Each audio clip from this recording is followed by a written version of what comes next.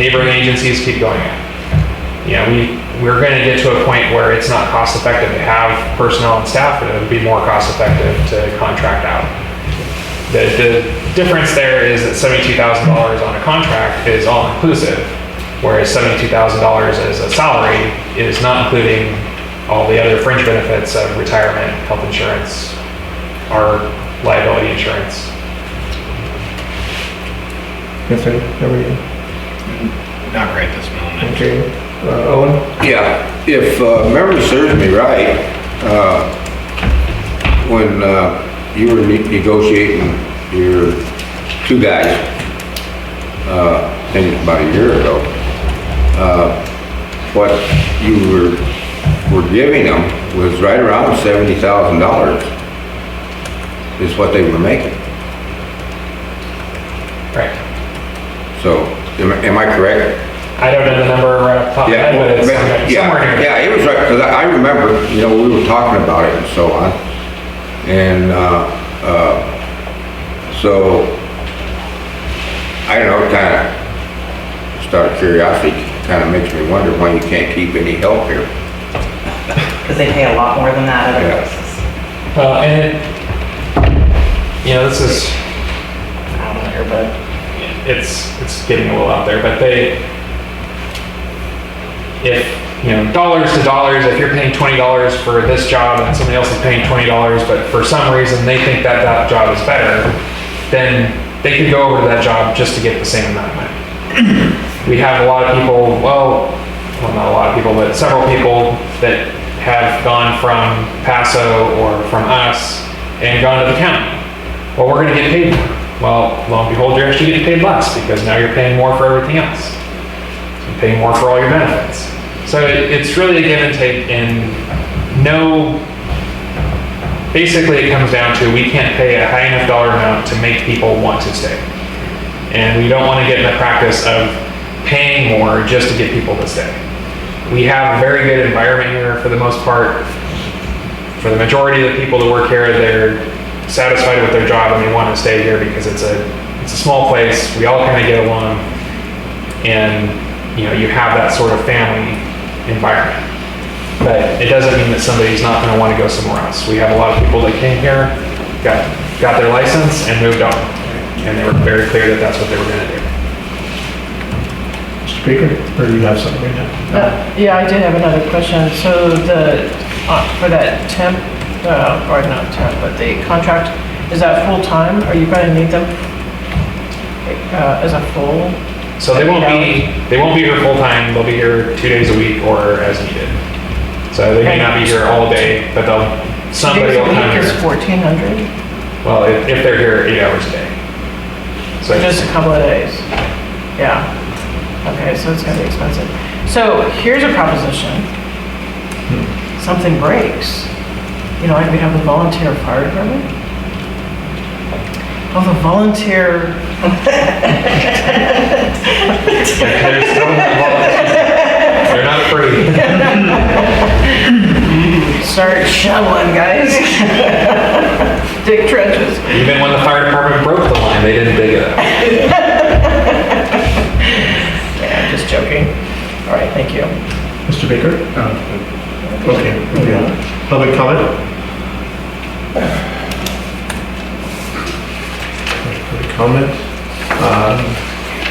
Is anybody going to give the fire chief's report, or are you just going to accept it as is? As presented, if you have any questions, we can relay them to him, or if you'd like to email them, you're more than welcome to do that. All right, so fire chief is going to... I do have one question, if I may, on that report.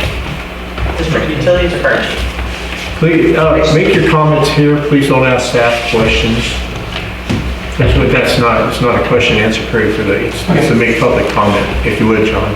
Perhaps you could ask your general manager to step in, and since he has all of the skills, talents that it takes to operate the plant, to step up and maybe save the district a little bit of money, bringing in contracted force in order to, you know, you guys only have 900 customers for sewer plant, you only have 813. So, I mean, it's a big hole, you know, and maybe Kelly would be willing to throw a day in to save one day that you don't have to have somebody come out. Thanks, Tom. Appreciate it. Any other public comments? Seeing none? We're going to move on to the consent calendar. The items below are listed as are scheduled for consideration as a group and one vote.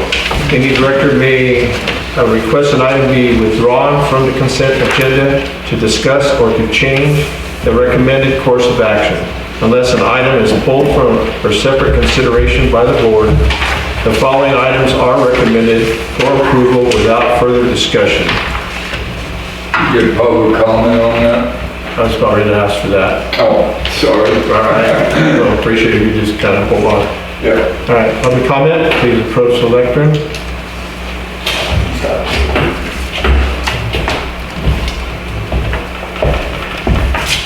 I have a problem, Murray Powell again.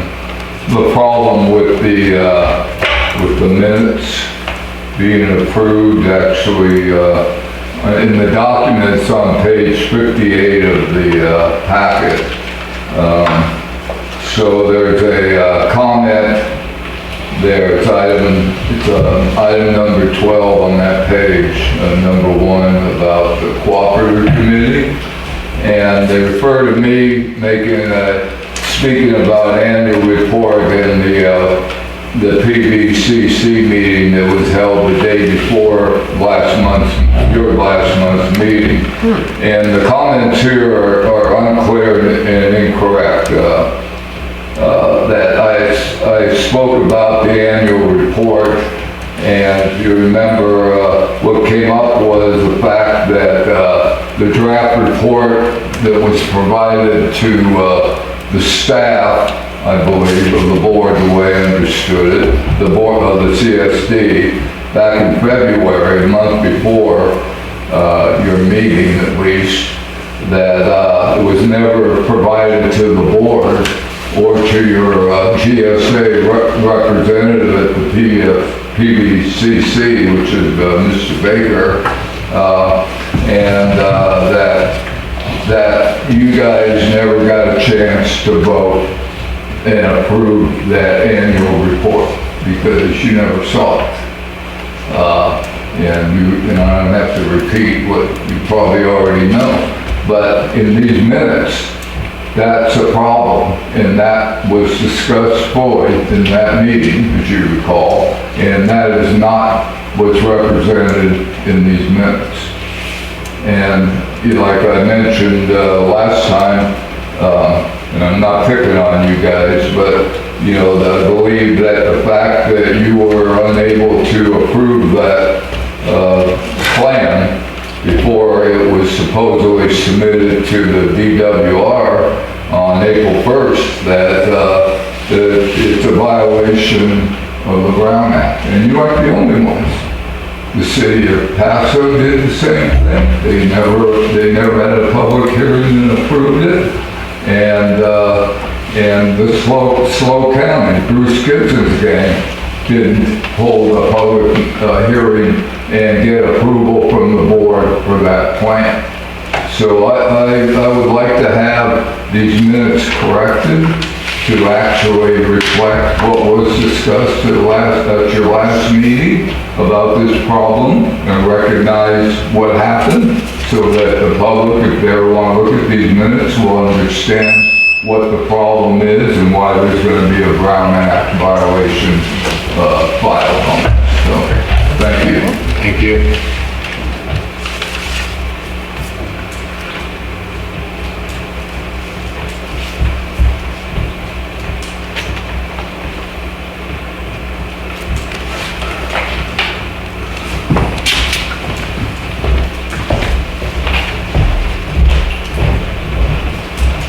Any other public comment? Okay.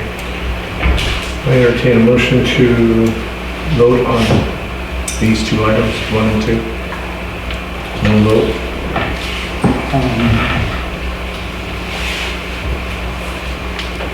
So if I can speak to the minutes, these are action minutes. They're not a dictation of what occurs at the meeting. If it was, your minutes would be hundreds of pages.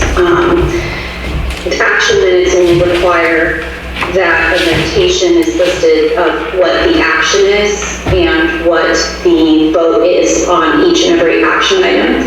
Action minutes aren't technically even required to list that someone from the public spoke about anything. And so they are more detailed than what is required. If the board wants to change the policy on the minutes being taken and what is written down rather than just the action minutes and how they've typically been taken, then that would be a policy decision. But these minutes are in line with what has typically been done for the minutes, and they meet the requirements for public agency minutes. So if you have any questions about that, I can answer them. No, I'd say from the minutes that I've seen is that Tamara goes above and beyond. I think the detail of her minutes generally are outstanding. So, I believe everything's in the minutes, so we got a little less detail here, and you wouldn't have enough room to put everything on here. So I think that what you're bringing forth here is in the minutes.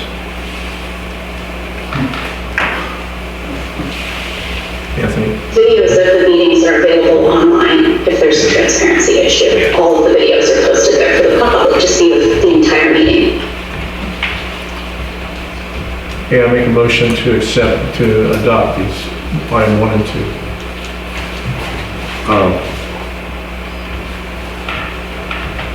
We have a motion. Are you making a motion? or Yeah, I said I make a motion. So we have a motion by Director Smiley. Do we have a second for approval? I'll second. I'm sorry, is the motion for, that was a public comment on the whole consent, so are you moving to approve the consent calendar? Yes, moving to approve the consent calendar. Yeah.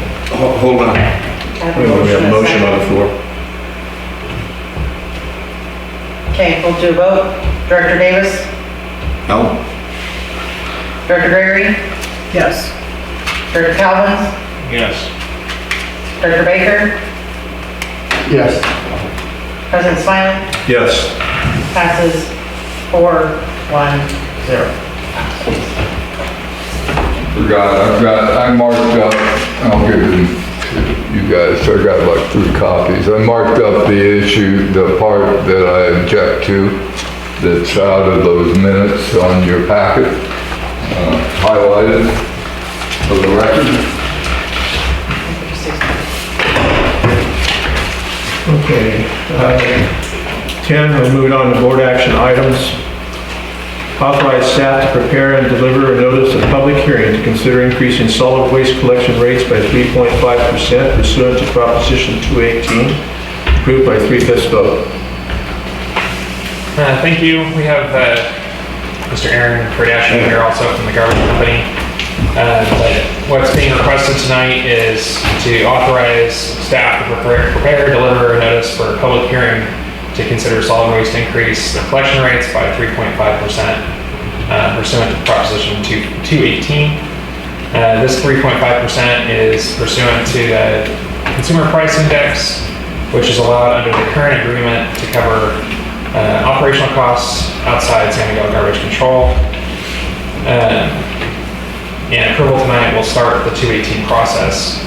So notices will be mailed out through the garbage company to all affected customers and start the mandatory 45-day hearing period, in which this will be brought back in June for a final public hearing.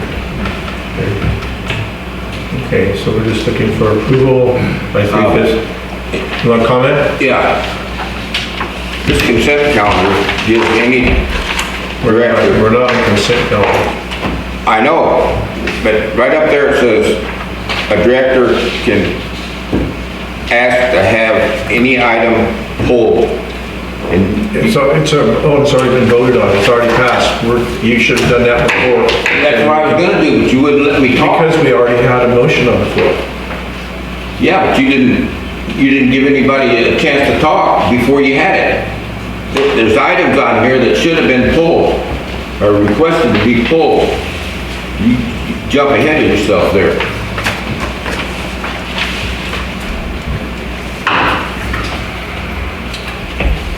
Okay. So we're back to item 1. Solid waste. We just need 3/5 approval. So, board comment? Board comment? I don't have any comment. No, I just think you guys do good work. I mean, I appreciate the job you guys do out in the country, and you guys are polite and good. Yeah, I appreciate the service very much. Same here, you guys do a great job. Your people are polite, efficient, fast. So I have no issue with this whatsoever. Anthony? I would also piggyback off of those comments. I really appreciate everything that Samuel Garbage has done for our community, all the time and effort you guys have been donating to the community, the partnerships with our C.S.D. Like even those trash cans got installed downtown, way back. I appreciate everything you guys have done, and thank you so very much. Thank you. And thank you for not being Waste Management or some other, out of town giant organization. I got a comment. The last rate increase that you had, it passed. I think it's 5 to 5. Okay, but you were saying that at the time, when you were looking for the increase, that you were paying IWMA $7 a can, which, I don't know if that's a pickup, but that's what you, and then shortly after that, you said that IWA went from $7 down to $4. You mean percent, not dollars. It went from 5.4% down to 4.4%. Yeah, well, I understood it was, that you guys were, I don't know, $7, and then it went to $4. But it would be about the same. So the IWMA is a pass-through. It was 5.4% Yeah. at the last rate increase for Sanibel garbage, and Right. subsequently it's gone down to 4.4%. Yeah, But that is a pass-through, so it's collected by Sanibel garbage, but passed along to IWMA. So Yeah, right. That's I not know. that's not part of their operating cost. That's just something that they do. yeah, but it comes, well, from us, but they have to pay IWA. Am I correct? Yes, Yeah, so much. we're collecting it and then passing it on to the IWMA. Yeah, right. In other words, IWMA gets a cut. Did most of them people get out of jail that got from a few years back, or? I'm not sure. But yes, it is a pass-through cost. Yeah, And yeah. unfortunately, it did get lowered. And it looks like it, at least for our area, will not be raised. If there is a raise, it looks like they can sustain. The county is coming back to the IWMA, or has come back to the IWMA. So hopefully that will pull that money back in and make it one agency, ran by, one group doing one thing, instead of two groups trying to do the same thing but not being able to interact together. Right. Which I think is a positive thing, and it's ran by the right person. I think right now they have a good group in there that's not creating more regulations. Yeah. And they're just basically trying to adhere to the ones that the state has already put out. Right, because, now, in a Tascadero, I've heard, they got, garbage police out there. Yeah. And their rates are lot higher than ours, so.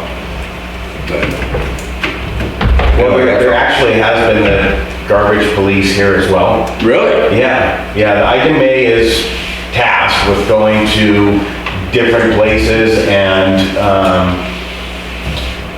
looking at commercial services and saying, okay, do they have organic facilities in place? And so what we did was, is we just teamed up with them and went to each business and said, this is what you need to do, and this is how we're gonna help you do it. And instead of imposing a fee or some kind of fine, we did it through education with each customer that needed the education, and they understood it, and we moved forward. Yeah, not even throw your table scraps in the green waste. There you go. Which works for me, I don't know, but, Yeah. All right. Need to move on to public comment? Yeah, thank you, very, very well. Thank you. We used to have a good trash company, but they sold integrated waste. And I'll tell you, I was with the same guy for 21 years, and you could call them in 5 minutes to get anything solved, and now it takes you an hour. They screw up all the time, and then they want to send you an email so that you can comment on how the phone call went. And I know that the state is doing everything they can to do all kinds of stuff with waste, and it's going to keep being an issue for the people that have to pick it up. But just like the recycling, they only recycle 90% or 8% of plastic. It's a joke. It was a game to con people into buying stuff in plastic because it was recyclable, but they don't recycle it. So I don't know why you need to separate it when it's going in the dump with everything else, and the green waste and all the other stuff being separated. I look at what I did, like I said, for the last 21 years and how the prices have gone up, and I used to separate everything because I got a dumpster for recycling. I just gave it to the trash company because I didn't want to deal with it, and I wanted them to have the money for it. And as soon as these other guys came in, it was like everything doubled. I'm gonna go buy my own dump trailer and take it to the dump myself. But anyway, I think you guys got a good person here that's taking care of your community, and hopefully it lasts. Thank you. Any other public comment, please approach the lectern. I'd just like to say what you all already know, these guys have a great business model, and he deserves a 5-0. Any other public comment? No? I'll make a motion to approve. Baker? I'll second. I have a motion on the floor by Dr. Baker to have staff prepare and deliver a notice of public hearing in consideration of increased solid waste collection rate by 3.5% pursuant to Prop 13 by Resolution 2024-14. Proposition 218, sorry, by Resolution 2024-14. Second by Director Gregory. Director Calvin? Yes. Director Davis? yes. Director Baker? Yes. Director Gregory? Yes. President Smiley? Yes. Passes 5-0.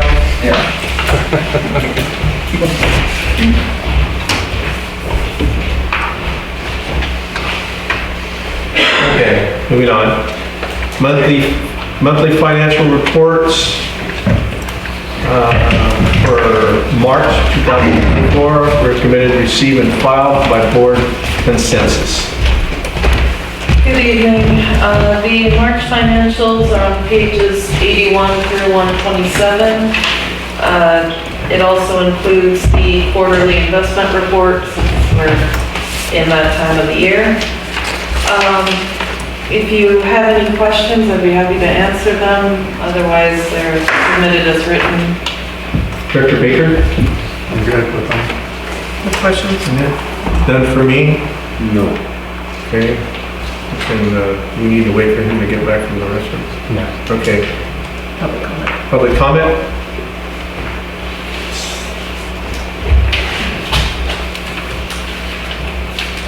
Right there. You want me to wait on him, or? No. Approach the lectern and This might not be the right place. comment on the financial report is where we're at. Yeah, right.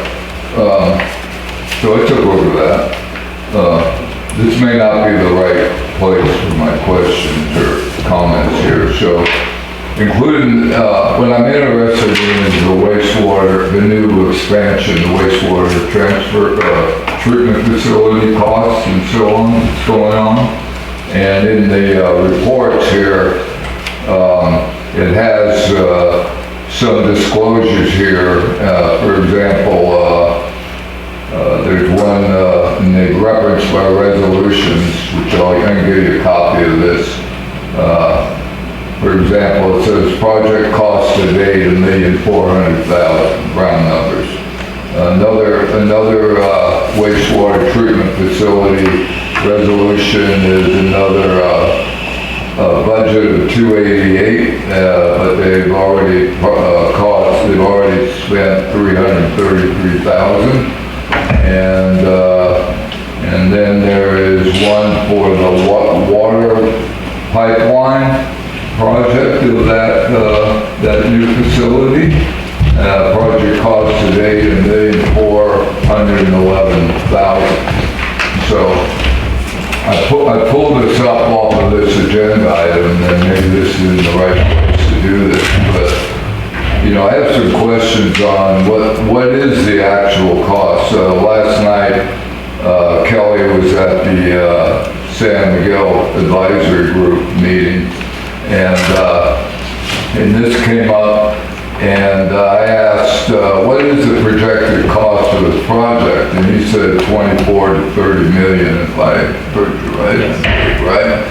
And just to make a long story short, a couple items. One is, I looked at this stuff today, and there's 2 pipelines that are part of this project that are going out to 2 vineyards. And there's if you look at the S.D.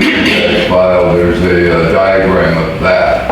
Is that pipeline cost funded by you guys, or is that funded by the vineyards? Because it says that they're going to get some kind of treated water for irrigation water. Who's funding the pipeline on that project?